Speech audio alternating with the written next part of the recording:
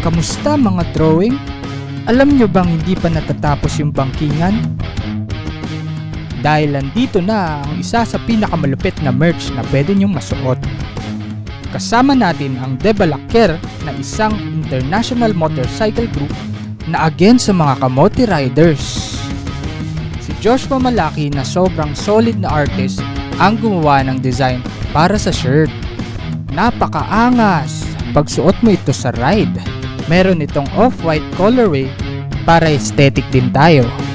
Limited edition lang to at available na ito sa Shopee.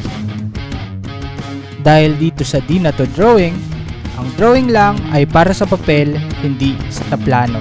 So alam nyo na, add to cart na!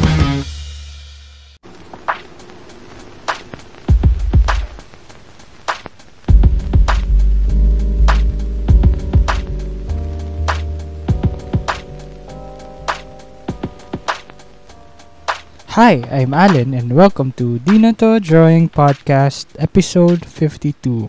For part 2, we sit down with the artist still here in the Asbury Makati in the exhibit decked out together with Maliksi of Philippine Who. So we got to know their stories on how they become artists and how they stumbled upon Crypto Art PH and what are their thoughts and inspiration behind their own uniquely designed cards in the exhibit. So, let's tune in.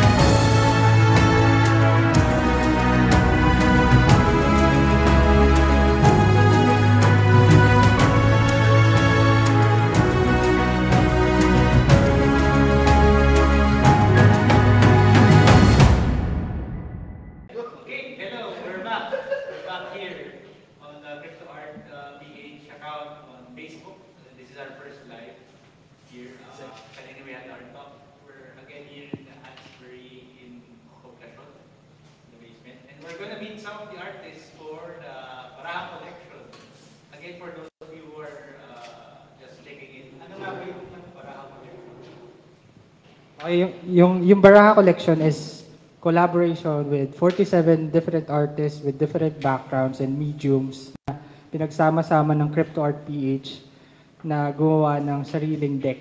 Ayan. Kung nakita nyo sa background, sa live, ayan, iba't ibang artists yung gumawa niyan. And ito, nandito na tayo kasama yung mga selected artists and interviewin natin sila one by one and we'll get to know their story, ano yung process nila, ano yung style nila, and paano ba sila napasok dito sa digital art.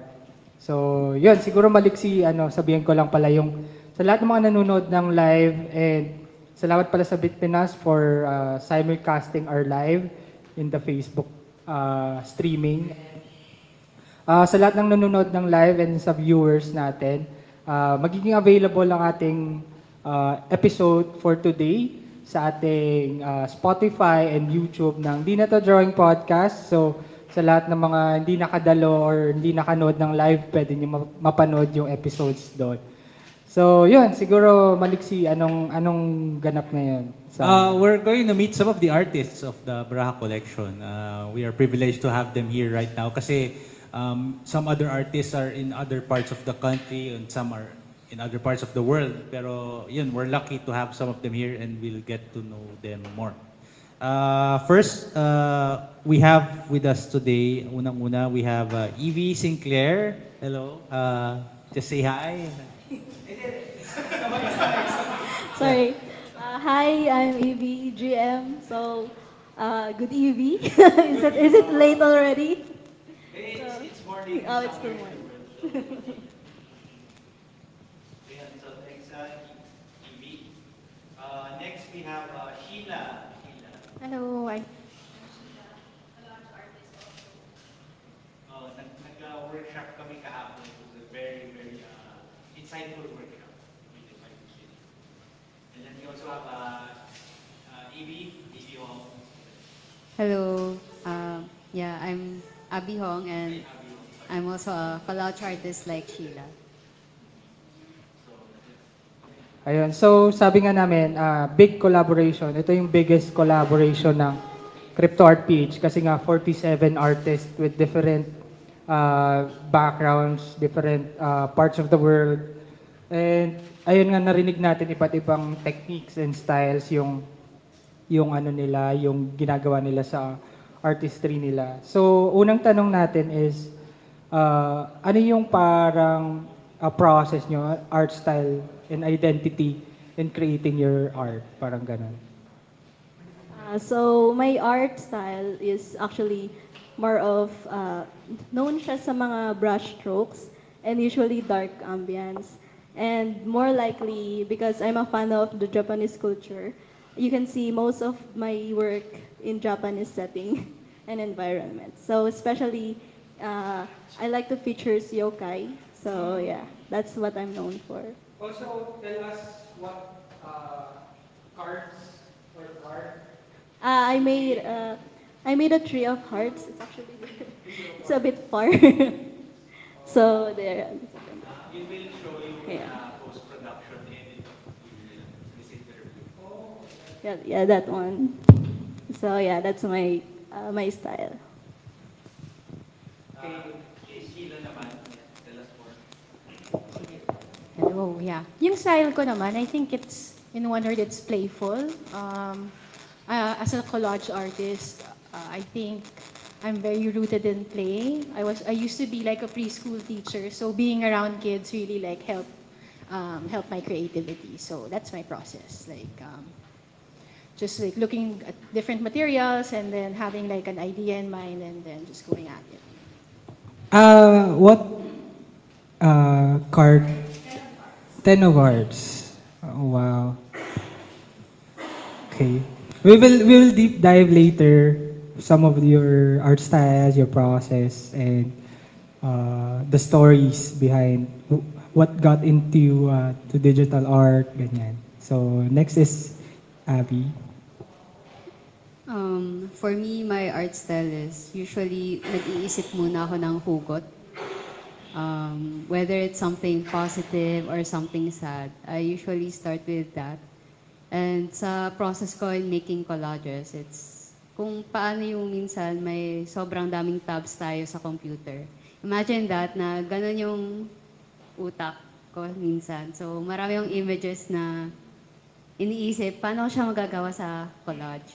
So parang it doesn't make sense at first, pero after a few hours, parang it makes sense and sometimes it's hard to explain how it got there. Pero yun, usually I really start with something inspirational or something na na-assign ko na ng meaning yung picture na to, which is essentially what collage is. It's putting a new meaning into an existing image already. Also, can you tell us what? Eight of Hearts yung sa akin. Yeah, let's backtrack a bit. Paano kayo nag-start in terms of, being an artist? Anong starting point ng artistic journey nyo and how did you get into digital art eventually? Parang, maybe you could tell us more about it. We'll start with Evie.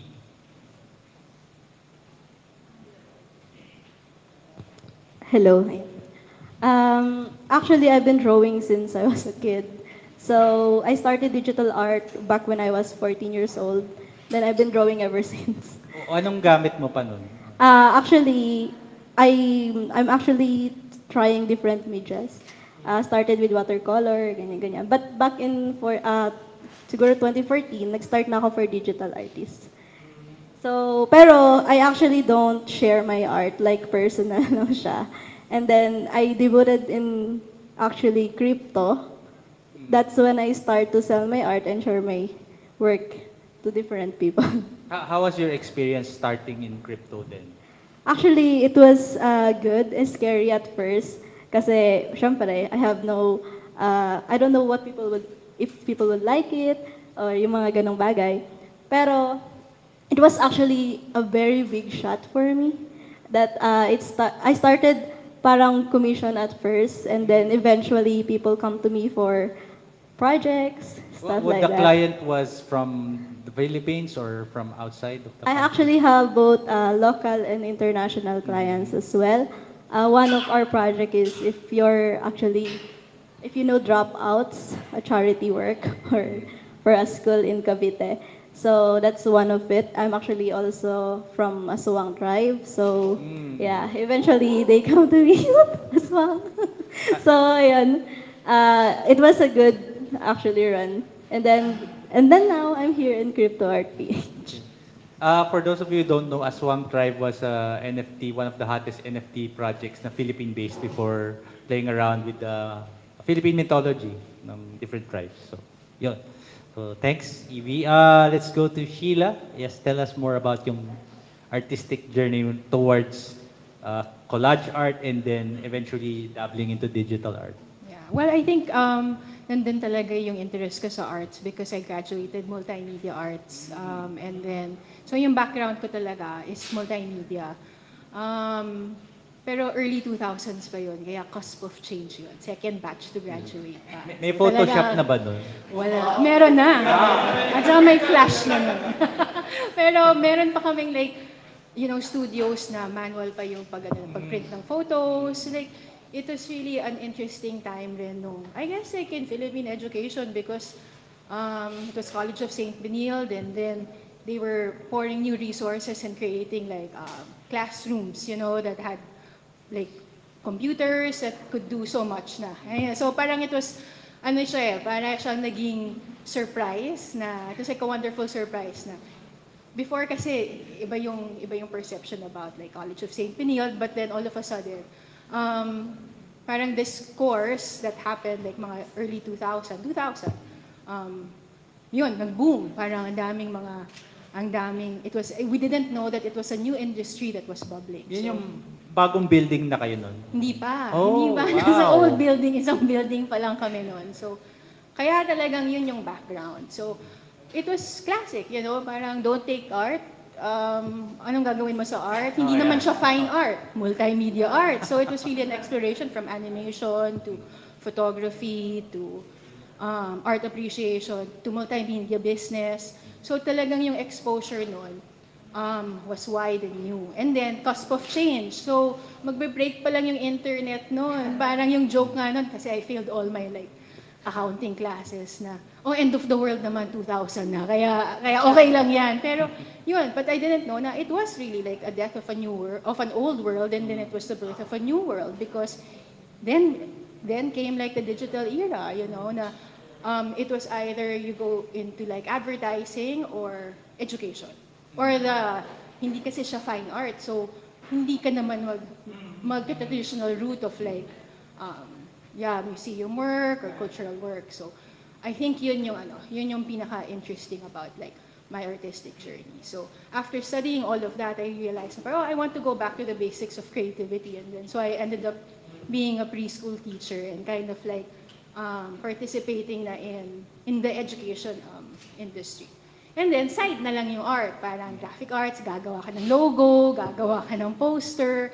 Ikaw yung laging nagvo-volunteer na, sige, ako gagawa ng visual aids. Ako nang bahala sa presentation. So, ako yung person na yun. So from that point on, it was like those industries. So it was like my multimedia background, my interest in graphic design. I applied in education and also worked with non-government organizations. So I think it was that. So from design, art, social impact, those are the things that I would like go around with. So. Okay, thanks. AB. Sorry, Abby. Yeah, I apologize. Abby. Yes. Sorry, ano uli yung... Yung more about your artistic journey, how you got started in art. Was it already collage art agad and then yung journey mo until you discovered digital art na yun? Tell us a brief summary of it. Uy, may bago kaming merch para sa mga mahilig mag-drawing. We're bringing back Baybayin na isa sa mga OG ng ancient scripts. In collaboration with Lloyd Zapanta, isa sa mga baybayin gods at type artists dito sa Pinas. Pagsuot mo to, parang nagiging kapartner mo na ang kasaysayan. Make your ancestors proud. I-represent ang atin pero make it aesthetic. Makabayan pero drip. Meron itong 2 colorways, black and white shirt. Available na ito sa Shopee para kaya mo na bumili at the palm of your hands. Dahil dito sa Di Na To Drawing, ang drawing lang ay para sa papel, hindi sa plano. Adudu karte! So, I'm kind of the same with Evie, na I've been drawing since I was a kid. Pero yeah, coming from a traditional family, don't just take drawing as a course. So, inisip ko, drawing plus math. Either engineering or architecture lang yung choice ko. Tapos inisip ko, mas konti yung math sa architecture. Kaya sige, architecture na lang ako. Ayun. Pero during my time in college, I was making comics about college life, about people in general. And that's where I got yung nickname ko na parang Bob Ong kasi yung basa. Kasi ang hirap kasi basahin pag Abhong, kaya Abihong na lang. Ayun. Ayun, so my creative journey is working in an architecture office and drawing and making stickers on the side. So that was my outlet. So I love corny jokes, I love making puns. So when Comiket was still starting out, I was joining yung second, third Comiket na hindi pa siya talaga mainstream. So Saan pa siya ginagawa nung time na yun? ay yung orientation namin sa Cubao Expo pa. Oh, Expo pa. Scale niya before. Yeah, mas konti pa yung artist nun. So, kasya pa kami sa Cubao Expo. Ayun, I think, parang nag-explore ng digital collage in college, pero hindi ko pa siya na-discover as happy medium. So, I explored charcoal, watercolor, gouache, loose watercolor painting, sumali pa ng workshops, etc. Until, required din siya sa architecture, pero I also liked it as just a hobby. Pero it never lasted long. And collage was just one happy accident in 2016.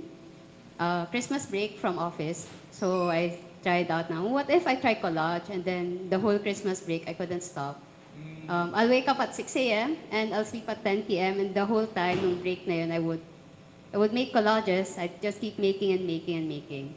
And I thought by January, I'll stop making collages, pero I actually still like making collages pala. So until eventually, hanggang ngayon, collage is still my happy medium. Pero I think I've evolved from making hand-cut collages using knives and scalpel to exploring digital collages naman ngayon, which is also fun kasi I've also learned how to make it into 3D and animate it. So, yan, so masaya pala siya.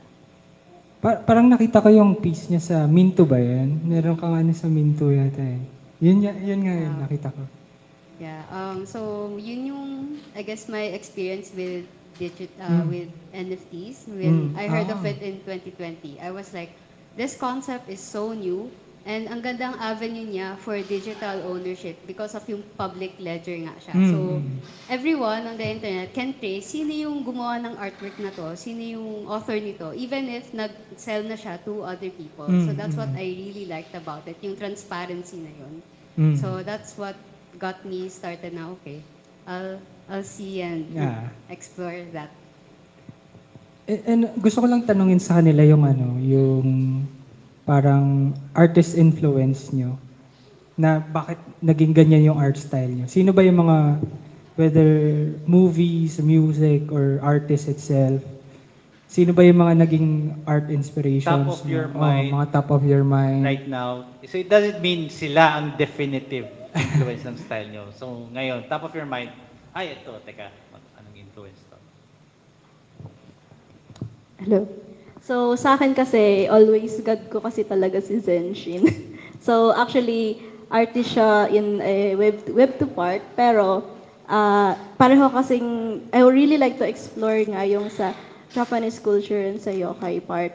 And medyo napamahal na ako sa style niya. So, siya talaga ang big inspirations ko, especially sa, yun din, sa brush strokes na na very obvious, yung mga formations niya na mga different dynamics na sa drawings, illustrations. It's actually, he's my God. So, yeah. He's actually one of the most inspiration. Also, syempre, si Tito Jopet. I really like yung how he plays with light and dark, which is really what I really like to do in my art, yung ambience na yun. So, Thank you. And I think in different stages of my life, meron akong mga favorite art movements. But I've stuck to the Dadaist approach, or like that Dadaist movement, post-war, super rebellious, on the fringe. So I think yun, parang as an artist movement, I really resonated with that. Yeah, both artistically and also personally. Sa akin, when you said off the top of my head, the first person na naisip ko was an author. Oh, yeah. So, ako, very big fan ako ni Haruki Murakami. So, sci-fi, surreal, may formula usually yung story niya na may single protagonist, goes on a journey. Ayun, so a lot of his works explore loneliness, being very self-reflective. So, that resonates a lot with me. And since very, na-visualize ko siya habang binabasa. So, yung pagka-surreal niya, parang yun yung naging inspiration sa akin when I was making my earlier collage works. And, ano pa ba? And I think one of the artists na I really like is si Rene Magritte. Yung, I forgot the title. Yung may painting siya na naka-tux, tas may green apple. So, yun, I really like strange, yung surreal concepts na, what is this? Is this even art? Is this something na, yun parang it makes you ask things na, you don't, parang doesn't make sense, but, Pero there's something parang, ang ganda na wala lang, ang ganda niya, tapos mapapaisip ka lang na, bakit ganon? may something.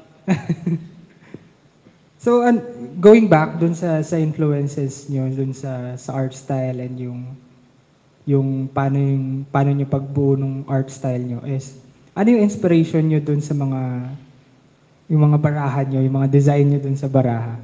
So start muna tayo kay Abby, yung 8 of Hearts. Ano yung naging inspiration mo dun sa artwork mo na yan? So sa akin, ni-research ko muna ano ba yung symbolism ng 8 of Hearts. Tapos yun pala is success in relationship. And so yun yung pinaghugutan ko na kasi, well, I guess my context is I never thought of getting married or anything like that. Parang after a few dates or so, parang I'm pretty much resigned. If I move in with my best friend, I'm also happy with that. So, ganun. So, and being able to find someone I'm compatible with and I want to spend the rest of my life with, parang hindi siya, parang it was not part of my plan. So, parang tas dahil nangyari siya, parang inisip ko siyang concept na what's an imagery na very close sa akin, which is yun yung, I guess, yung holding hands, yung vulnerability. Parang sometimes you need to be more vulnerable to have that come into your life. Parang gano'n. You surrender to receive. Parang may ganong aspect. Yes. Very good, very good. Kamusta mga may hilig mag-drawing? Andito na ang pinaka-inaabangang merch ng Di Na To Drawing. Saktong-sakto ito para malaman mo kung drawing talaga yung tropa mo. Kasama si Ken Zero Art na isang artist at TikTok superstar, Siya ang kakolab natin sa design ng pangmalakasang shirt. Meron tayong beige white at emerald green, syempre para may choices kayo. Available na ito sa Shopee para talaga sa mga mahihilig mag-drawing, including you.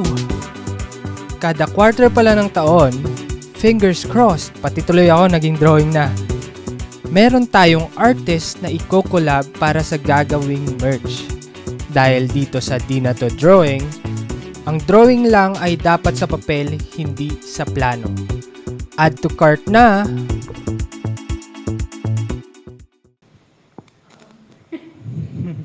Ako dun sa moment eh. Very vulnerable. Oo nga. So this leaves me in a vulnerable spot, but yes, minus 10 of hearts then. But this is the good thing about art is that we go from something very personal into something like universal. So mine also 10 of hearts. I chose it from the roster that was left. So I thought, okay, hearts, that works. Parang that's easy to lean into. And then hearts, risk, cards. Parang it's all a gamble. So love is a gamble. Okay, let's do it. So mine really stems from my experience also of a long distance relationship, like of me and my husband. So like Abby, parang since I think I was also very inspired by her work, then parang it helped create a narrative. When I knew that there were certain elements that I liked, like I knew that I wanted to use old makeup and ink, which was my signature in making collages or in making like unique textures on like paper. So I knew I wanted to use that. But then parang the challenge kasi was that we needed to make a card na it was playable. So kailangan mababasa mo siya. So yun yung inspiration ko from that. Like yun, LDR, long distance relationship. So, what is the question again?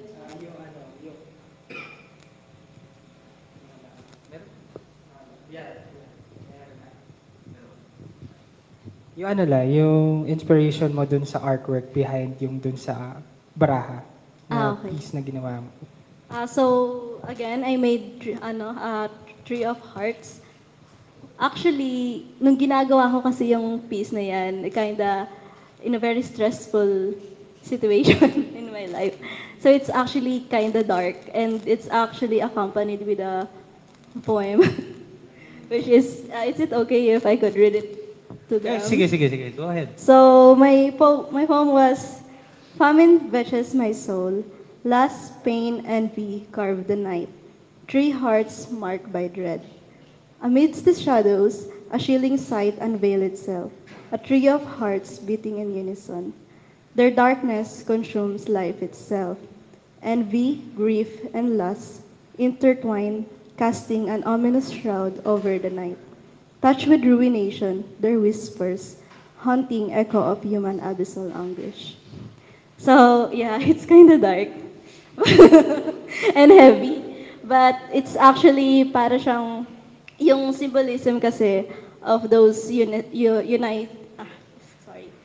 uniting Tree of Hearts is it's envy, grief, and lust. So parang it's not that I feel them personally, but it's just that sometimes people sin and you don't know their intention, and sometimes those three usually mix together. So It's yeah. there there's Yeah. always the element nun tatlo Yeah, that so- leads to that action. Yeah, that's sorry for changing the mood. It's kind of dark. Pero That's art that you are That is that's our you are explaining. that's your our piece. medium of Yes. Oh, how we express ourselves. yes. And thanks for sharing. Thanks for sharing that. And that's the side of you. Not everyone here is purely a visual artist. There are some avenues of experiencing and exploring and expressing creativity. Also, alam ko si Maliksi may piece din dito sa ano. Baka pwede mo na rin sabihin sa amin. Yun on the spot no? Diba? Okay, fine. Well, lahat kayo hearts, di ba? Ay, hindi, diamond ako. Hindi pala ako. Akala ko tugma ako. No, Oh, hindi pala, hindi pala. Eight of Diamonds, I'm Eight of Diamonds. If you're talking about being vulnerable, sige, I'm gonna be vulnerable now. Eight of Diamonds is, yung subtitle niya is Blood Diamonds. Yung ER animation niya, it's Blood is Dripping. Ang inspiration ko is, I'm an aneurysm survivor and wala, yun lang yung ano niya, parang na-associate ko na yung dugo and sa ER, it's dripping and sometimes you strive through life for long just to get hurt to near fatal. So sorry Maliksi, sorry. Hindi ba ko lang pagkana ako. So yun basically, it's ano, parang you try to strive for your dreams, which is represented by the diamond na you have things you wish to achieve in this life, pero it becomes fatal eventually na hindi mo magagawa and yun, ER animation guy. So yun yung piece ko. Available pa yata siya if you want to buy it. So. Guys, this is how we brush off our pain. We'll laugh it out. May animation siya. May animation. Yun na yung ano natin. So, okay. So, we got to know the artist. Maybe you'd like to plug any upcoming, you could plug your social media accounts and other places where they can find your art. And any upcoming projects, events that you have. Okay, so far I don't have any upcoming events. But you can find me at EV Sinclair at Twitter. And yun lang actually. So, Same, also follow at Sheila Ledesma at Instagram. Project surprise na lang.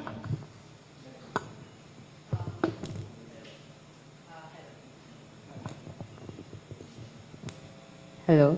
You can follow me on Instagram, ab.hong, so abi.hong.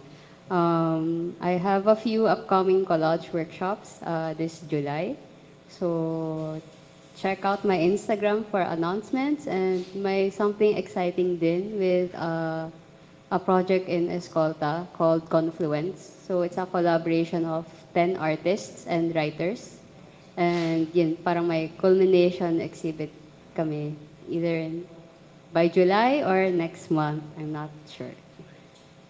Ayun. Salamat sa mga artists na sharing your stories and inspiration in your art style here in Asbury and in the exhibit. So, salamat ulit sa floor, Maliksi. Sorry.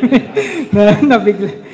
We will be back with more artists and stick around and wait for the next live.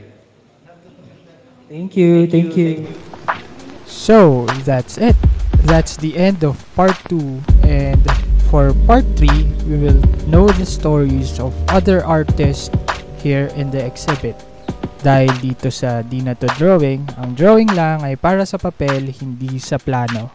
Kita-kits for part 3.